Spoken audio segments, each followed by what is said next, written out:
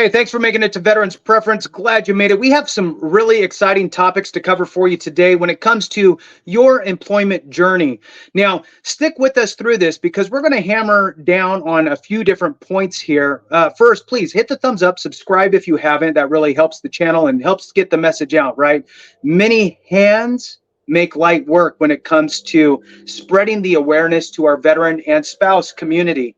Now, when it comes to finding a job, sometimes we know what we want to do, and the question isn't, well, what should I do? But rather, where should I implement my time and effort with regard to a job? So we're going to cover down on 4 different topics, ranging from large companies, small companies, into entrepreneurship, and even working for the government, and the pros and cons to each of those. And with that, I want to kick it over to Randy so he can lead us off with the subjects. Okay, well, let's start off with larger companies, and I'll give you some of the pros and cons as I see them, and we'll kind of go around the horn here. But let's start with pros.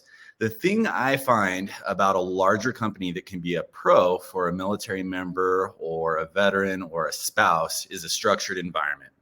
Larger companies have been around for a while.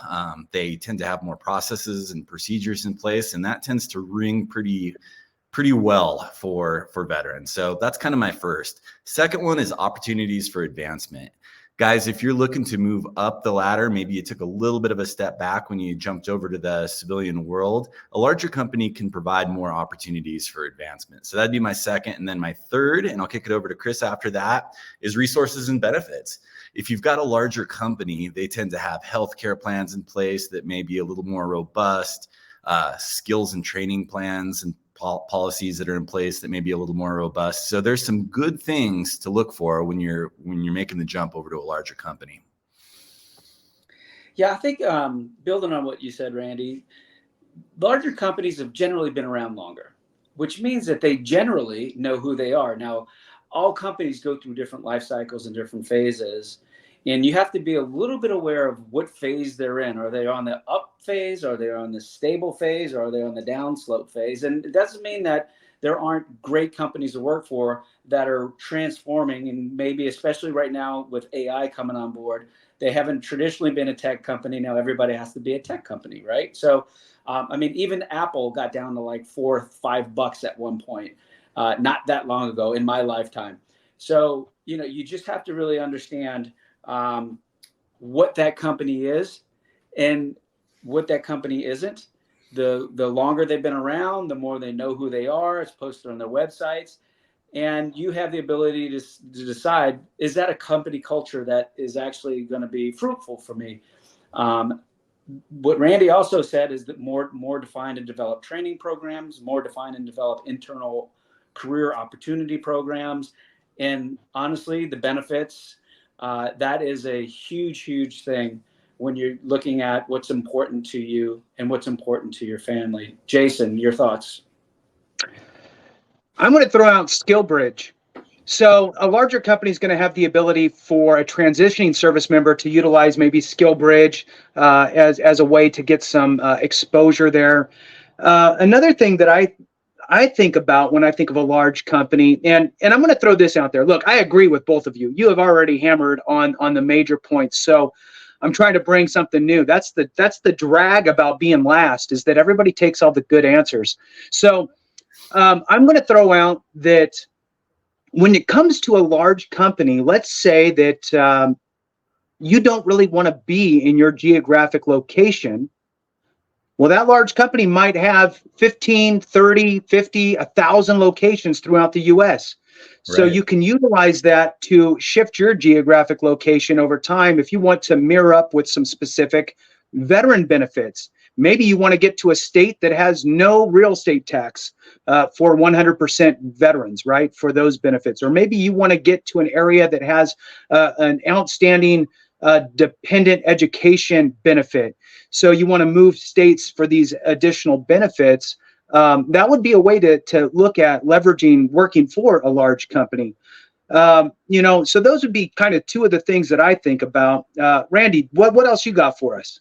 Well, I mean, I think all the pros that we talked about here are completely valid, but got to be fair and balanced here. So let's talk about some of the disadvantages. And you didn't get to go first last time, Jason. So I'm going to throw it over to you. What do you see as some of the disadvantages for a veteran spouse, a military member transitioning to moving over to a large company? What are the disadvantages there? So, okay, for me, this is just one that comes to the top of my head, and this is what's great about this, because this is totally unscripted, right? We come up with the topic and we don't really think about it until we're here. And the first thing that pops into my mind is that a large company can be a bit set in its ways, a little Right. less flexible, would you say, right? So where you might have, so that's going to lead to an individual's kind of own desires, right? Do you want to impact change? Do you want to be a change agent? Do you want to help shift and morph and change that company? Well, you might not be as happy in a large company because they can tend to be a bit cemented and have a lot of their own kind of red tape or bureaucracy. So what do you have for us, Chris? Yeah, I think we're touching on some of the downsides of maturity and structure. That if you're frustrated by the maturity and structure in the military, cycle times on how to get things done fast, or work processes that require way too many signatures.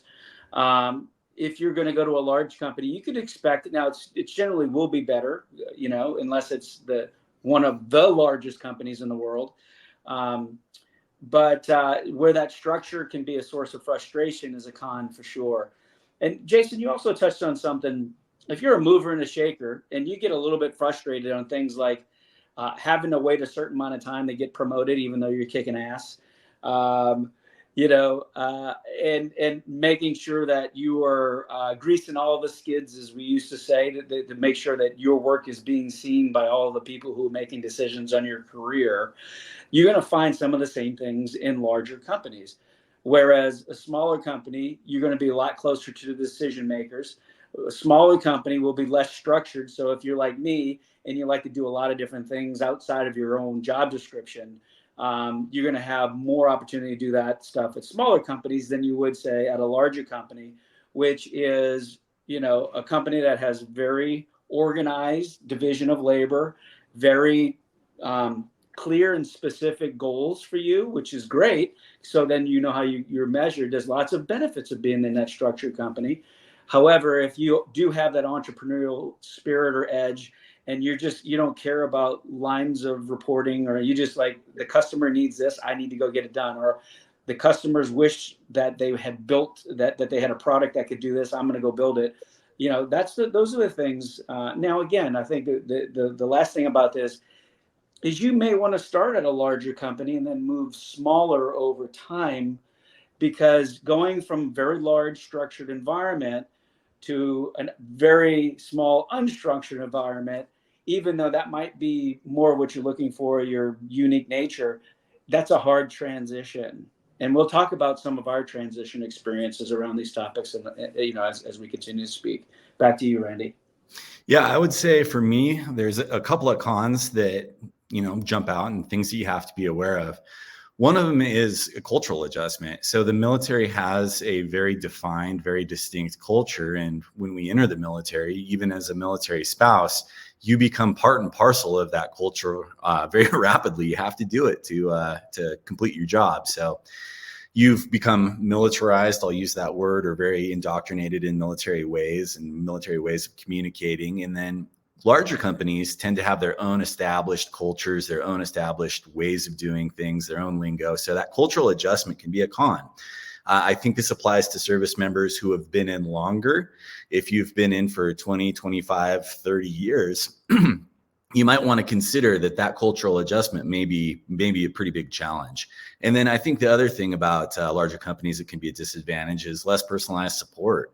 They're bigger organizations. They have more people, more spaces, more places. And if you're one of those folks that wants, tailored support as you make your transition, a smaller company can probably provide those resources to you. Let's take a minute here, guys, and talk about smaller companies. So again, same thing. A smaller company can have pros and cons. Let's do reverse order this time. Chris, I'm going to go back to you. So what do you see as some of the advantages or pros to a person transitioning out of the military or a military spouse finding work in a small company? Increased level of risk, right? And there's less known about it. There's less published about it. And many times you are used to having things in the military that are told to you, or you just fit into the program. And in very small companies where you have to be relatively self-sufficient, you have to be very inquisitive. You really have to understand what that company's mission is. And sometimes they're kind of unclear because they've been on a path where they created something and started making money. And, there's a maturation process that all organizations go through. And by the way, we're talking about companies. But when we say companies, we're really talking about organizations. And so it could be a not-for-profit organization. It could be a for-profit organization. It could be a governmental organization. But if you really think about a smaller organization, more visibility, generally speaking, more autonomy. But many times you're talking about a founder or a leader who has a very specific thing in mind, and they have complete control over everything, and as opposed to delegated control over a much larger organizational structure. And all these things create different dynamics. And so one of the things that we'll keep telling you that we'll weave throughout all of these different tapings is you got to really know you, and you got to really know what you want. And then as you're going out and you're looking at these different opportunities, because your job is to create as many options and opportunities so you could have selection based upon the things that matter most to you. And if you don't have that must-have list and that nice-to-have list, you could go through and find a list of companies that you think would be perfect for you and still get it wrong. So in wrapping up, I just think it's real important to understand that these dynamics in these different size organizations, or whether it's governmental, non-governmental, private, or not-for-profit, all have their own dynamic. Yeah, hey, Jason, Chris, I think, Chris, you bring up a good point that really we're talking organization, and organization really, depending on what silo you are in regarding the organization, really is going to drastically impact the mission, the vision and the mission statement for those different organizations, right? A nonprofit is going to be way different than a for-profit. And then the leadership then kind of absorbs that. And so you're going to have that type of an environment. And I think that when it comes to a smaller organization, you really do feel the vision and the mission more than the gigantic, Chase Banks and Starbucks and, what have you. So you really are I'm going to push back on that just a little bit, my man. Please. Because I think so much of that is leadership dependent, and inside of organizations, there are sub-organizations. True. And I think you would find this is what makes this not only the transition job search, but every ongoing job search from this point forward for anybody that's listening here, is there's so many subclimates, if you will, in all of these different organizations. And that is always moving. Companies get acquired, organizations, they have reorgs and move two organizations into a single organization. It is always on the go. But I have found very, very great environments for me in large companies with a specific division that had a very clear mission that was slightly different than the larger organization. So I think the point here is that, when I first transitioned, I just wanted a good job. I wanted a good job. I wanted it in technology, preferably. I didn't care what kind of role I took, and it needed to be in the Bay Area. Those are my criteria, right? So, so you can get what you want from large and small, but the larger it is, the more work it takes to uncover what that team environment, what that leader environment, what that functional divisional environment will be. Very, very true. And I think that when you're looking at the small company, there's less of those microclimates within the organization. And that's the point that I'm making, right? So the Chase Bank mission statement, doesn't filter down exactly the same through all 7,000 branches that they have or whatever it is, right? Where if you're working for a small company or small organization that has one location with the leader actually in that location, believe me, you feel that mission statement, you feel the vision, and everybody is striving for that. So if that's something that motivates you, right? Because again, if you're transitioning from the military, you had a clear mission, right? And I agree with you, Chris, that big organizations can have that. It's a people thing, right? It's a leadership thing, and it's your direct leadership, maybe one or two levels above you, that would actually impact that feeling. So I think that if you're looking for a pro in a small company, that could be a pro, is having that mission statement really align with who you are and what you want to do. I think another pro, and again, it depends on the organization, right?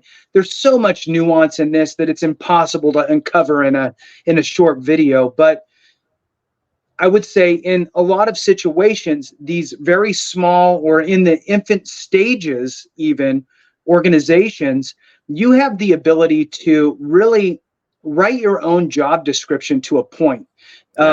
You'll get in with, here's a very broad thing, but if you're dynamic enough and resourceful enough and have that kind of can-do attitude to morph it and change it and figure out what's best, you can kind of almost write your own ticket and develop your own kind of role within that organization if you do it right. Because again, back to your point, Chris, you're hand in hand with the people that make these decisions. They see it, they feel it, they hear it. What do you have on it, Randy?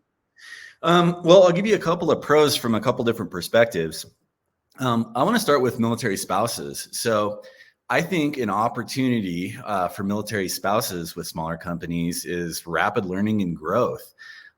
These companies tend to be a little bit more focused kind of at the granular level. A military spouse that's been moving around, we talked about this in a previous episode, and has not had a chance to build up tenure with the company, can go into a smaller organization and learn rapidly and grow with the company. So I think that's a real consideration for military spouses. From my personal experience, just kind of seeing folks in my community, when I see a military spouse go into a smaller company, they tend to do pretty well because it just a lot of times feels like a good fit. Going back to the service member, I think a pro to a smaller company is autonomy. Kind of like you've discussed, Jason, and Chris mentioned, they don't have all the processes and procedures in place. And, military folks like to make decisions, regardless of what leadership level we exit the military at, we do have leadership built into us. And when you have that autonomy to make decisions and kind of guide the company forward, I think that can be a really good fit. So you kind of got to do an internal assessment, look at yourself in the mirror, and decide what's best for you. But there's a lot of advantages for military folks and their spouses to working in a small company. Let's take a minute here, guys, and talk about entrepreneurship. So kind of the American dream, starting your own business, perhaps becoming a partner in a business. That's an opportunity for veterans and their spouses. So Jason, I want to throw it over to you. Can you tell our audience a little bit about what you see as some of the pros and advantages of striking it out on your own and becoming an entrepreneur after you leave the military? Yeah, sure. So, first, it's not for everybody, right? There is a tremendous amount of risk. And if you don't have a lot of capital behind you, it could be very stressful. And stress can become a trigger for all kinds of other things, right? So you want to be smart with it. Sometimes you're not in a position to just jump straight into it, and you might need to kind of dip your toe in the water and start a self-employed kind of venture on the side, right? And some examples of that could be real estate, right? Becoming a realtor, could be maybe working for a financial institution where you're maybe selling life insurance or annuities or whatever. Would be a couple that you could kind of do, working your sphere of influence, right? Working with your friends. If you have a nice ring of friends around you and acquaintances, and you're one of those people that like, hey, look, I know a ton of people. I'm not super necessarily close with everybody, but I know a lot of people, and I'm that type of a person. Right. If it's in that world of selling, that is something to think about. But then you have to think about the fact that there are 1,000 different ways that you can go with being self-employed. You could be a landscaper, right? Right. And go start a landscaping business. But the pros to it, I would say, is that you're answering to yourself, but you have to remember your customers are the driving force, and really you're answering to them.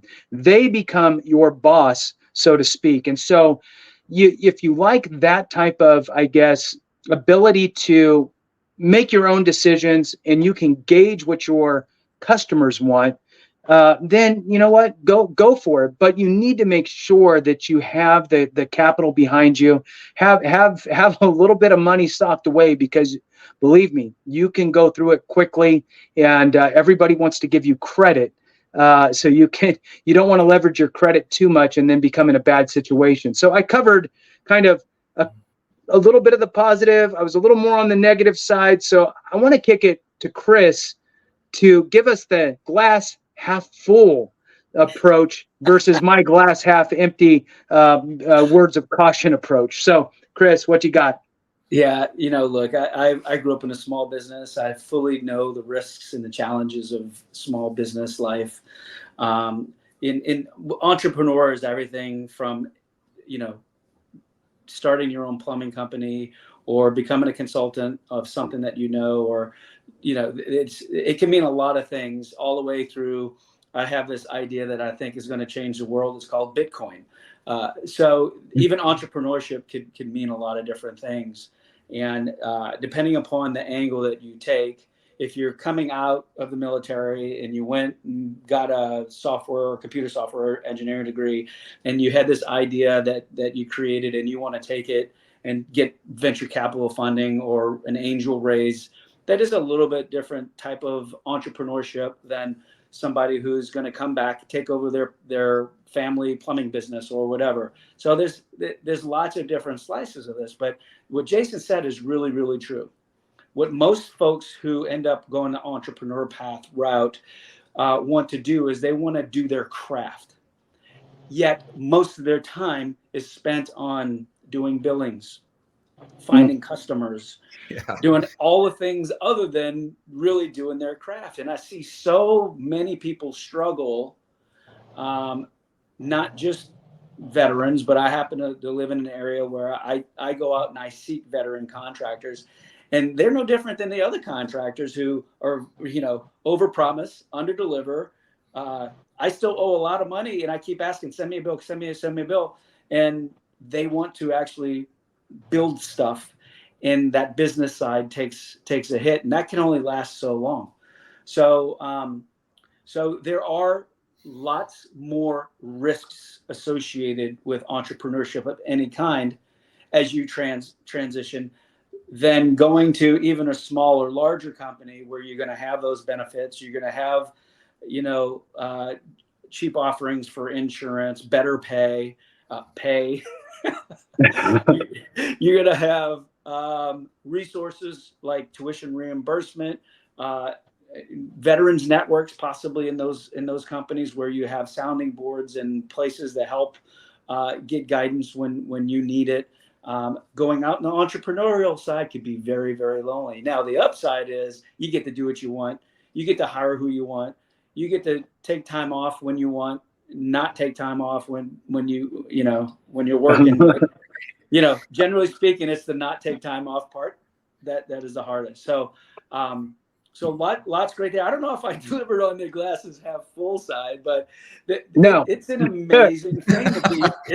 It's an amazing thing to be your own boss in terms of, especially when you have a family, flexibility with the kids and giving back to the community, being part of the community. All those things are fantastic, and those things are things that we really enjoyed in the military in terms of being part of a community, right?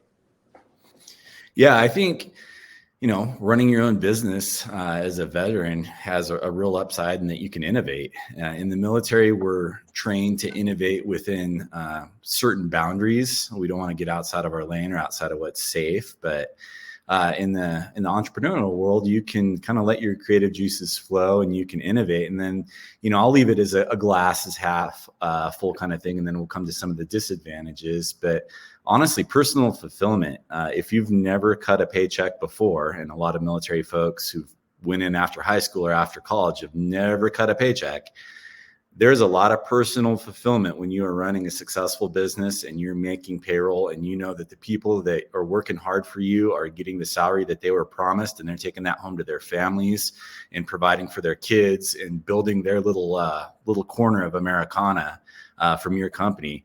There's a lot of personal fulfillment in that. So if that's something that you're interested in, I'd recommend you take a look at it as a veteran or a military spouse. I will turn it around. And you're the one on the hook for creating the culture and the work environment and all of these things. And that's actually super, super exciting. It is. I'll step back on culture there just for a second. Remember, folks, culture is kind of like a tree. You plant a seed and you don't even realize that it's growing.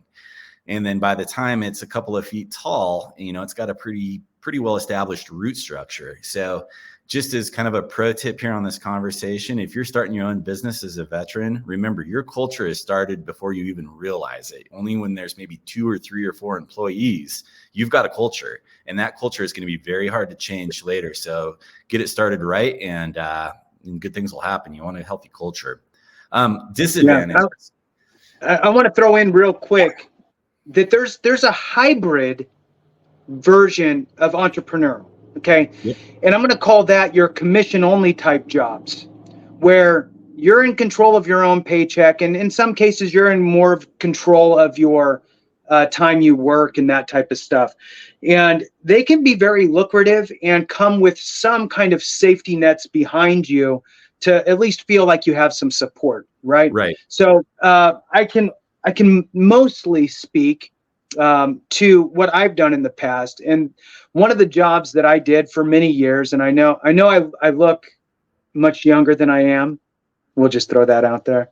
Makes myself feel good. So anyway, I was in the mortgage industry for 12 years. So, and in the mortgage industry, I was commission only the whole time. And then toward the tail end, the last 2 or 3 years, I actually did a partnership with a buddy of mine, and we created a brokerage. And this is back through the late 1990s into 2010. So we went through the 2007-8 real estate debacle. It was horrible. But it was like being self-employed, right? What I would tell people that I would hire is, look, this could be the easiest low-paying job that you've ever had, or it could be kind of a difficult, but the highest paying job that you will ever have. I made more money than doctors, you know what I mean? Unless you're like a brain surgeon or something, but look, just a general practitioner. I made good money in that industry, and it's because of my work ethic. I showed up, right? I showed up because that's what was drilled into us. Right. When I got into the mortgage industry, it was within probably about a year after I got out of the Marine Corps in 97.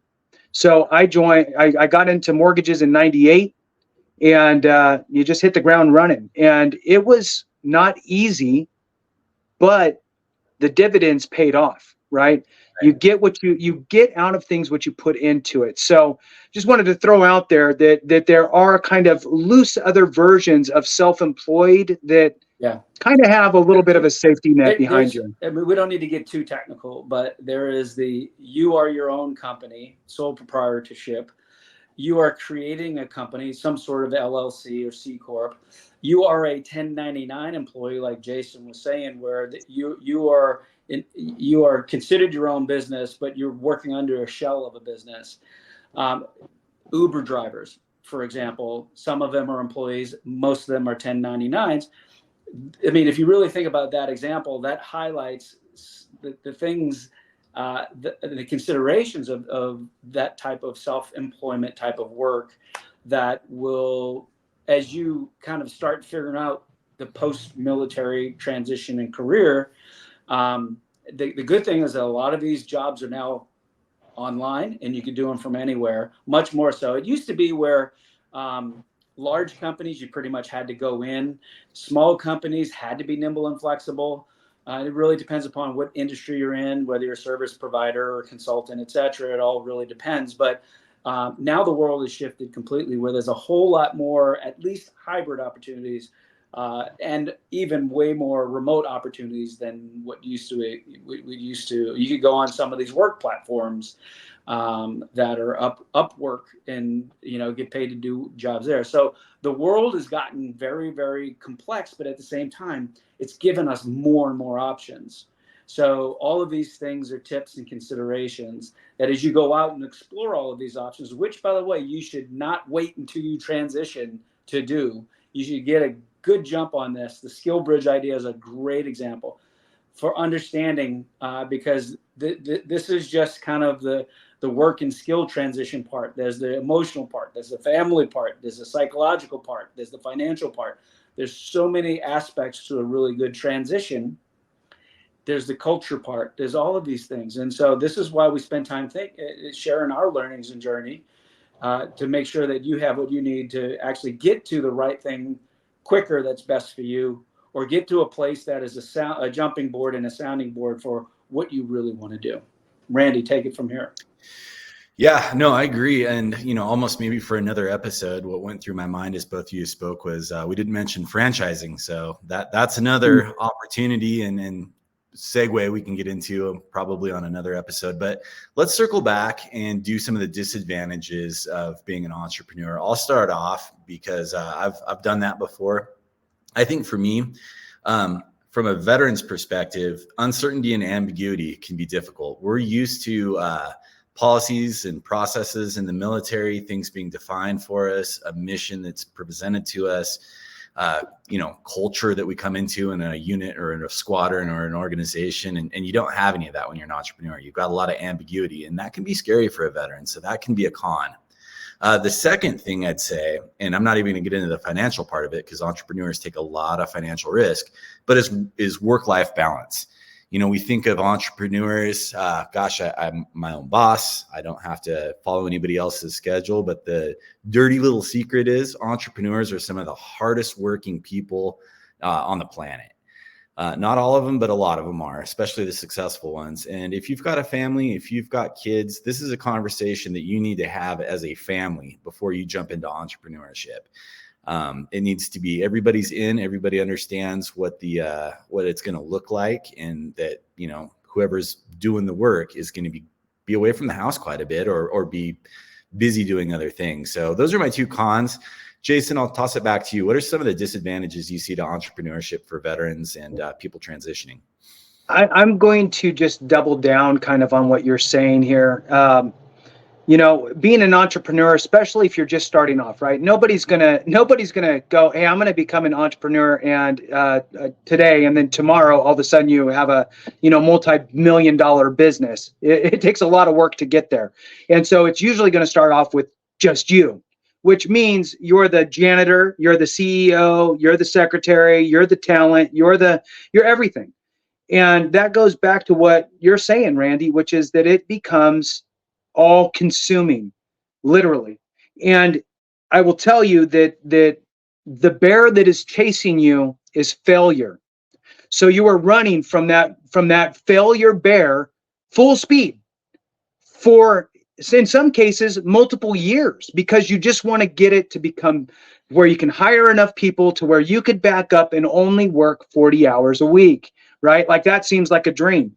And I will tell you that even on the kind of hybrid version, right? Like a 1099 employee, commission only type stuff, you realize very quickly that, okay, well, my customers, right, have other options. So if I'm not available, they're going to call somebody else, which means they won't be my customer anymore. They're going to be somebody else's. Therefore, I must always be available. Even when I'm not working, I'm available. Here's my cell phone, here's my email, and you get the phone call. My good example that I give, again, I was making really good money, but there's a trade-off. It's you lose that flexibility. And like you said, Randy, you having the conversations with the family. We had a family, not vacation, but like a weekend kind of planned. We were going to go away for the weekend. And sure enough, I get a call that morning, And, this is when I was in the mortgage industry. And here I am on the phone, and I get a realtor calling me who I hadn't done any business with, a brand new realtor who couldn't get a hold of their lender, called me. They had somebody they needed to get pre-approved. Well, guess what? I'm your guy. I'll do it. What time? Today at 3:00 or something. We were getting ready to load up in the car and leave. And I had to say, look, we're not going because I got to go do this. Right. And so we had to cancel our weekend and, do it on another weekend. But the point is that you will become very, I guess, in tune with where the money's coming from, because it could not be there just as easily as it is there. You can have a 0 payday month, which is horrible. So you run from that failure bear, and the consequences can become, catastrophic if not properly managed, if that makes sense. Yeah. So how about you, Chris? With all this happy talk around, all of the Hey, risks associated. He asked for cons. He did. That's true. That is true. And you guys have touched on all the ones that I would have said. And when I've had my entrepreneurial spirit, we, started a gym, all of my big risks I took, with my wife, kind of leading the charge and me being there for support, were risks that I had the full-time gig. Right. There was a sense of security. We didn't have to put our mortgage on the line, or the not having benefits. And that was before Obamacare, where actually if you pretty much didn't have benefits, or they were so super expensive that it was really hard to leave jobs. Now that's a little bit different. You do have a safety net from a benefits perspective to go flaunt with your entrepreneurship. But the point I was going to try to make actually is, like, if this is scaring the shit out of you, then you should consider staying in. And don't think that the grass is always guaranteed to be greener, because you're going to have to work your ass off for it. When you're transitioning and you're used to having responsibility at a young age, you're used to having people rely on you, your soldiers relying on you being involved in every aspect of their life. And then you come into the civilian world, and either you're out on your island trying to, get people to understand that you have a great idea, your art is worth buying, or you're a better plumber than the one down the street, right? There's an opportunity there to think about your transition ahead of time and stay in for a little bit longer until you have it figured out, until you have that business plan written, until you've talked to your friends, until you've networked on LinkedIn and caught up with some people who've transitioned. So these are all things that you should be doing throughout your career, not just at the time of transition. And thinking about staying in, or thinking about staying in the reserves as part of that half transition out, there's lots of different options and opportunities that are worth considering. Just don't get so caught up with, I've had a bad assignment, or I had a bad boss, or I got a bad review, and I got to get out, and I don't have a plan. Right. Okay, guys, let's take a minute and talk a little bit about the disadvantages of working at a small company. So I'll lead it off, and I've got one that I think is on the mind of a lot of people coming from the military, and that's limited opportunities for advancement. You don't have that structure in place. You don't have the formal training in place. You don't have kind of that org chart that we're used to seeing, where you can kind of see how you're going to move up the ladder. And those limited opportunities for advancement can be a real disadvantage to folks going from the military into the civilian world, especially if you're taking a little bit of a pay cut. But what do you think, Jason? You know what, that is by far probably the biggest one, is that you are definitely going to have a ceiling to your advancement, and depending on how small it is, it can be very limiting. Now, the other one I would say would be the fear of the collapse of that organization, right? Depending on what kind of an organization it is, it could be something that's trying to really get its legs underneath it, and it could just collapse. You just never know. Some companies or organizations out there could potentially rely on grant funding. And what if they don't get the grants? one specific year. Well, guess what? Now they got to lay off half the workforce. So the longevity piece of that organization also plays a factor. What do you got for us, Chris? Yeah, this idea of the lack of maturity, a lack of structure, being both a pro and a con, depending upon the situation. And it's the same thing with what I had mentioned earlier about line of sight to the top echelon of the company or organization. Is your work going to be visible? Right now? That's all good as long as you have a great boss and you're doing great work. But if you're not doing great work or you don't have a great boss, the small organization with direct visibility to what you're doing from the top of the organization down can be a disadvantage as well. And so I think you see this kind of theme of there are pros and cons, but in any scenario, that pro could actually be a con, and that con could actually be a pro. Hey, look, in a small environment where you're asked to do a lot of things that many times you're not experienced with, that's a pro for people coming from the military, because we're always being asked to do things that we don't have experience with.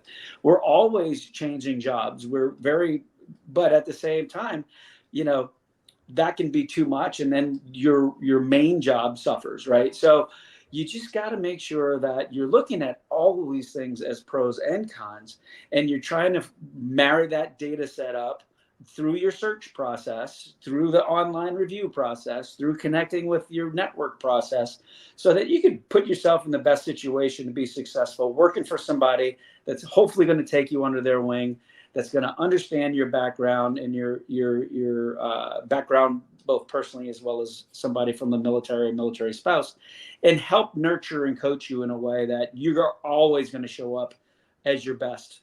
And then in a small environment, that will be seen a lot more sooner. That's not grammatically correct. A lot sooner than in a larger organization, generally speaking. Okay, guys. See how it took cons and ended up positive? Yeah, I see that. Okay, guys, so let's take a couple of minutes here and talk about some of the advantages that transitioning service members can get, some of the pros by going to a government entity, be it the federal government, some form of public service, maybe at the state level.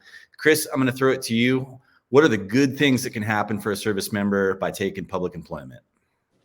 Yeah, look, I mean, there's lots of options here too, right? Think CIA, FBI, those types of that now, again, many times there's a process, and I'm going to start with the downside. The downside is the process generally takes so long to get any government job. Right. But the great thing is that it's very similar structure. You're walking into something that shouldn't feel unfamiliar. The players are a little different. The structures and the gradings might be a little different, but you're going to be able to get in and figure out that system and figure out what you need to do to succeed pretty quickly. So, and the great thing is many times you could do this and do reserves at the same time. So because the governments they have been around a lot longer and have dealt with military employees and work under a similar construct as, say, UCMJ, it could really benefit you as you go into these organizations where you could still have one foot in the Guard Reserves and one foot in the government. And Jason knows this better than I do in terms of the benefits later on in life when you retire as to what impact that could have. Absolutely. And, the retirement aspect is pretty big with regard to government employment now.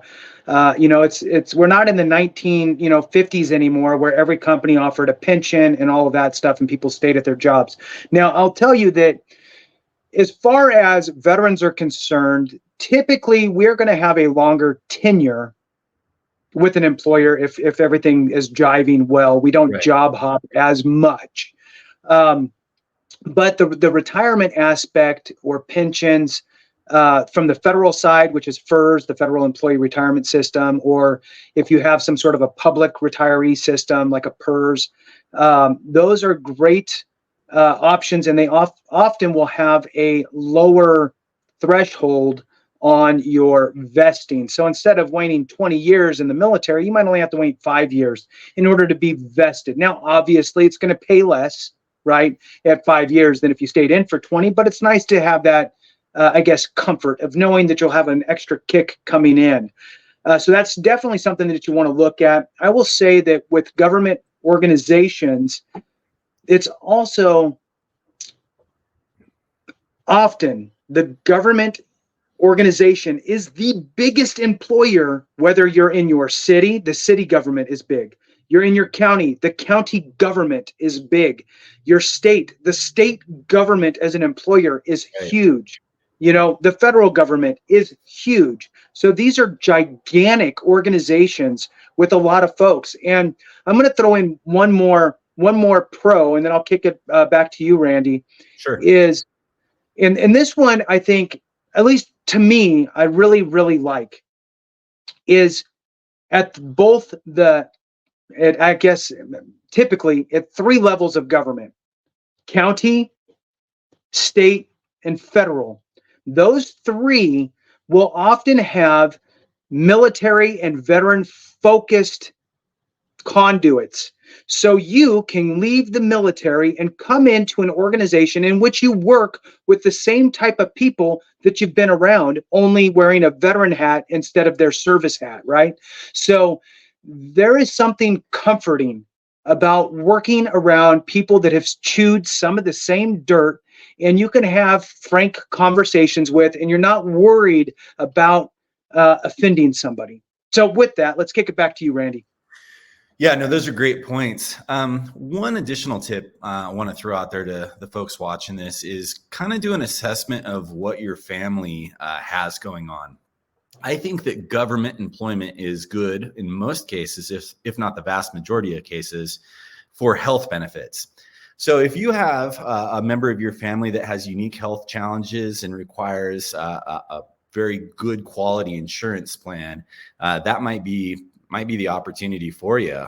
Sure, salaries tend to be a little bit lower, but benefits go a long way in managing the family budget. So kind of take a look at your family dynamics, and maybe that makes sense.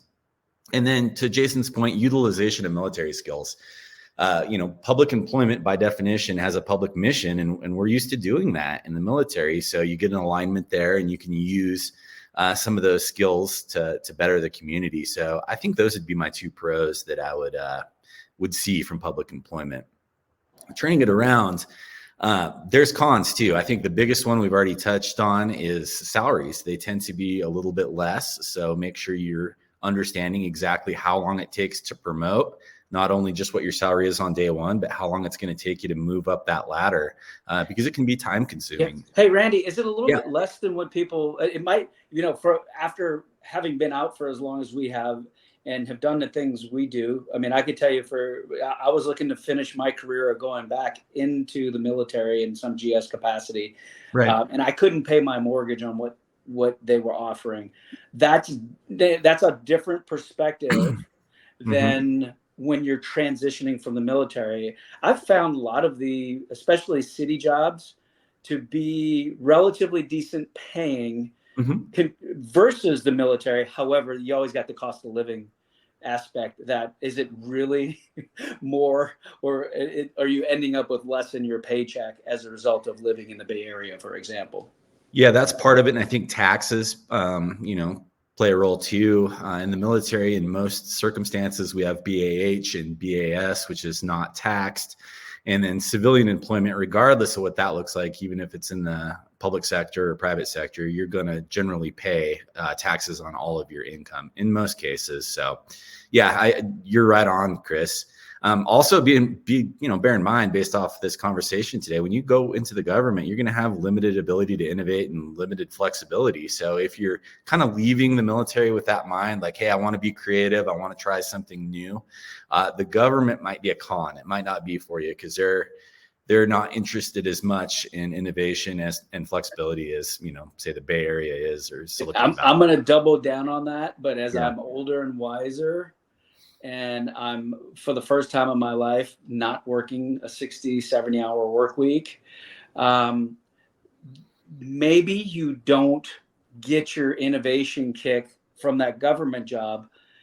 You get it outside of the government job because you're going to have another 40 hours in that week to actually do something innovative and creative. And so the balance of, dealing with what I would say is boredom and lack of speed on things, which are important things to me. It drove me crazy in the military. It would drive me crazy if I was working for the government, or the government opportunities that are available to me now. But at the same time, if you could balance that with, hey, I got this side gig and I'm flexing my entrepreneurial or my innovation muscles on the hours outside of this very steady, predictable 40-hour work week that the government gives me, that could be both a con and a pro. Right. Mm-hmm. Jason, what do you got? Why don't you give us your cons to working for the government, and then close us out for the day? Okay. So again, I'm going to kind of rip Chris off a little bit here from one of his earlier comments, which is, it's a people thing. So you're going to have these micro kind of climates of culture within the organization. Some of them will have a very pro version. However, that's usually going to not be the case. You're going to mostly have a situation in which, in the government sector, you don't have people saying, hey, look, here's the next stage. This is what you need to do to get promoted. Here's a great opportunity. Here's an opportunity over here. You should really check that out within the organization. It's a bump up and this and that. So you're not going to really have that, because they don't really care for the most part. They're just, nose down, bean counting, doing whatever they're doing and going home. Type of an environment. But again, there could be situations where it's not that way.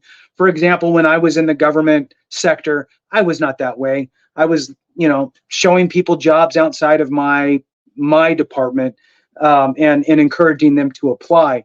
And it's not because I didn't like them, it's because it was good for them. But I found that was definitely not the norm within those organizations. So that con is a con. However, I believe that of any specific group to be in that environment, a veteran would probably be able to navigate that con fairly easily, as long as they know that it's a con. You can't sit there and wait for your senior NCO to say, hey man, you got to get up on this promotion board, right? It's not going to happen. So you got to just take charge, do it yourself, dig up the information you need, and keep your eye open. That's really that. And in addition, the income thing, I will touch on that real quick. The income piece, it could vary drastically from county to county as far as a government job is concerned. So you might just drive 20 miles over to another county and get if it's in California, we'll use California as the example since Chris is over there. The drastic dollar difference for the same job, just from one county to the other, could be $40,000, $50,000, $60,000 a year difference, just because of where that county has that specific position put into their hierarchy and what they're calling that role and what have you. Also, remember that there's unions. A lot of unions are represented within the county. So with that, we'll kick it back to you, Randy. That's all I got for cons at this point. Okay, well, if you haven't had a chance already, like and subscribe down below, and we will catch up with you next week with another episode.